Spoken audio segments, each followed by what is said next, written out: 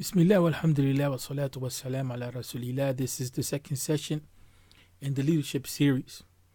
In this session, we want to focus on the concept of developing imams which have the ability to address the condition of the community.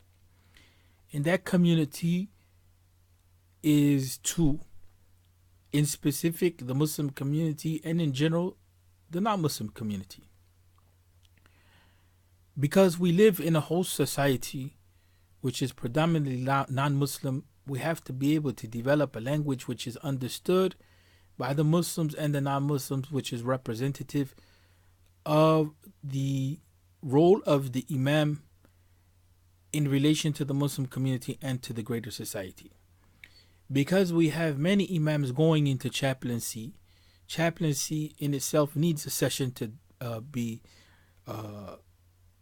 explicative of what it means to be a chaplain or a Muslim chaplain. But chaplaincy means, in brief, to shepherd and guide people, to counsel them, as well as to instruct them in their faith. We have an ayah of the Quran which is very important for our intents and purposes. We find in this ayat the foundation for developing an educational curriculum and system of education, or program of education rather, which will help us to form imams which are capable of meeting the needs of the people. Allah Tabaraka wa Ta'ala says in the Quran, ولكن كونوا ربانيين بما كنتم تعلمون الكتاب وبما كنتم تدرسون. This is the 79th ayah of Surah Ali Imran. When we look at the translations of the ayah, we have some difficulty arriving at the intents of the ayah as found in the commentary or the commentaries of the ulama, I should say, or the exegesis of the Quran. I want to look at two translations, that of Muhsin Khan and that of Pickthall. Muhsin Khan, he translates the ayah as be you Rabbaniyun, because you are teaching the book and you are studying it. Rabbaniyun meaning learned men of religion who practice what they know and also preach. Pickthall, he says, be faithful servants of the Lord by virtue of your constant teaching of the scripture and your constant study of it. In this case, Khan's translation is much more close to the intent of the ayah, or the intents of the ayah as found in the tafsir. Pickthall is illustrating a point that's there in the ayah but missing another point, which that is communicating that knowledge to others. Then Muhsin Khan's translation falls short in that he's talking just about preaching to others, and it doesn't give us the meanings that we need, that we find rather in the tafsir.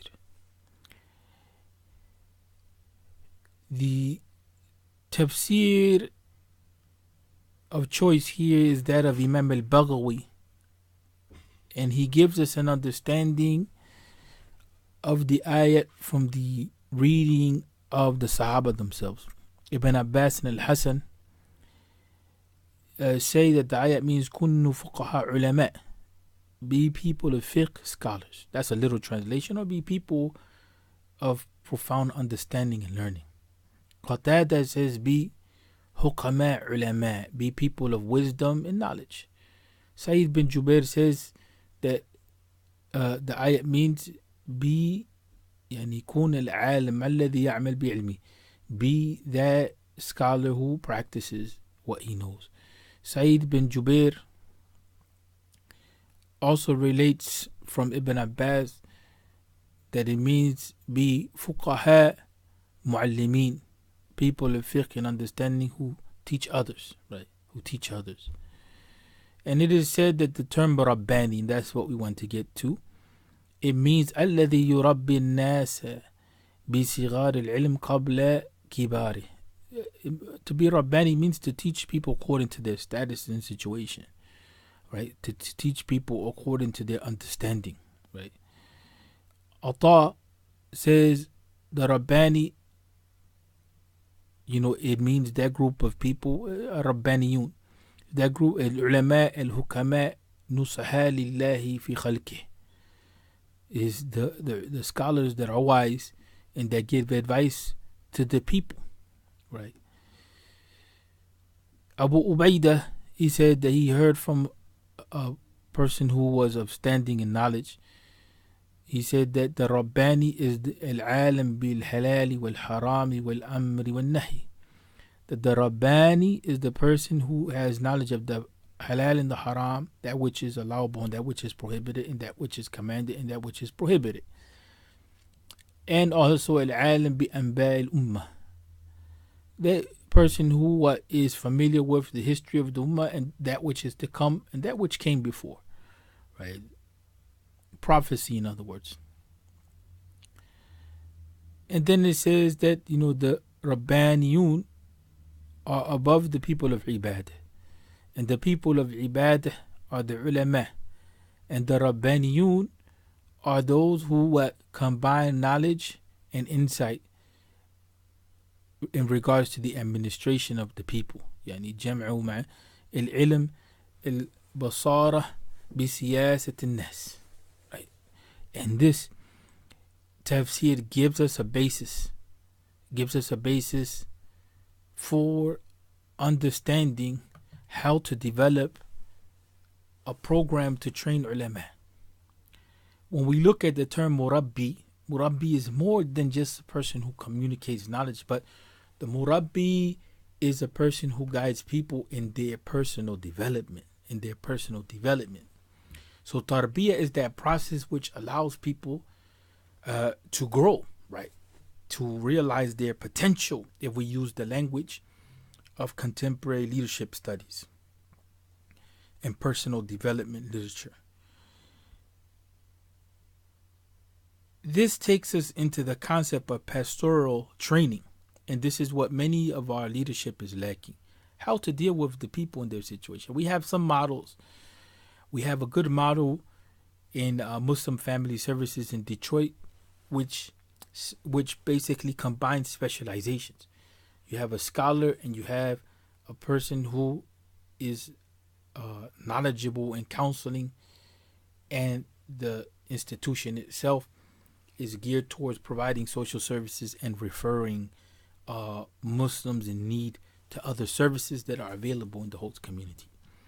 Now, this is one of the best models that we have that has been produced in the Muslim community itself. Then we have the training that we see at Hartford Seminary, which educates people in pastoral skills, but lacks in Islamic sciences. But you have a good many ulama that can benefit from that type of training, right? And you have some teachers that are highly skilled in understanding some Islamic sciences, like Dr. Yahya Mishu. But still, we want to build a person who combines all of these realities within themselves.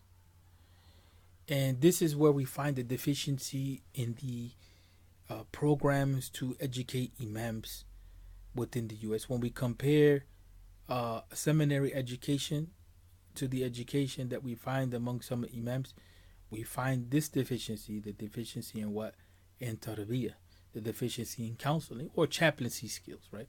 So we want to create a language which can be understood within the Muslim world, and also find the counterpart within the greater community.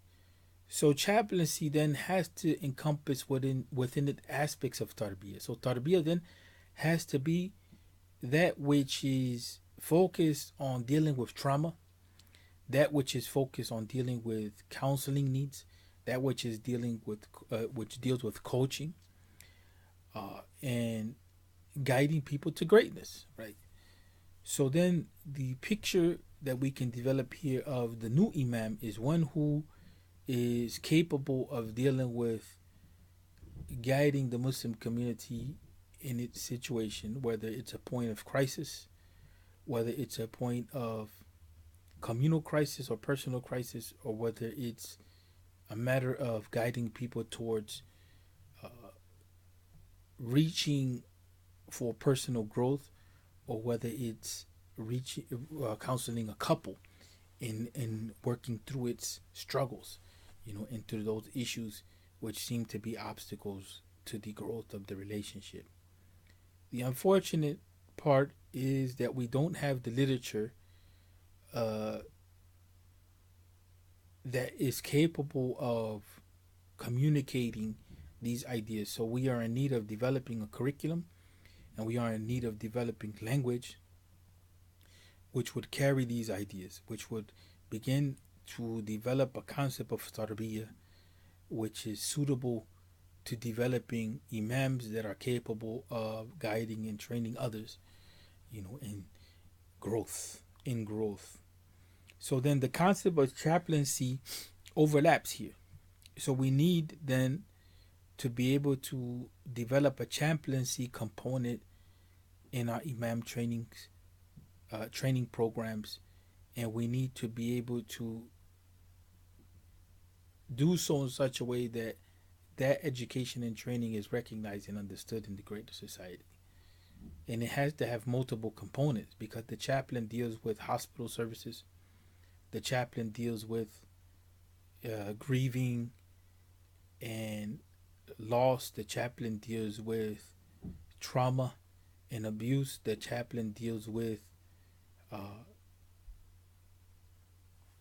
personal failure, such as we find within the prison system, and antisocial behavior. So there's a lot to be said on this issue, but this is a session just to open up a discussion on how it is that we can take from the Quran, kunnu rabbaniyin.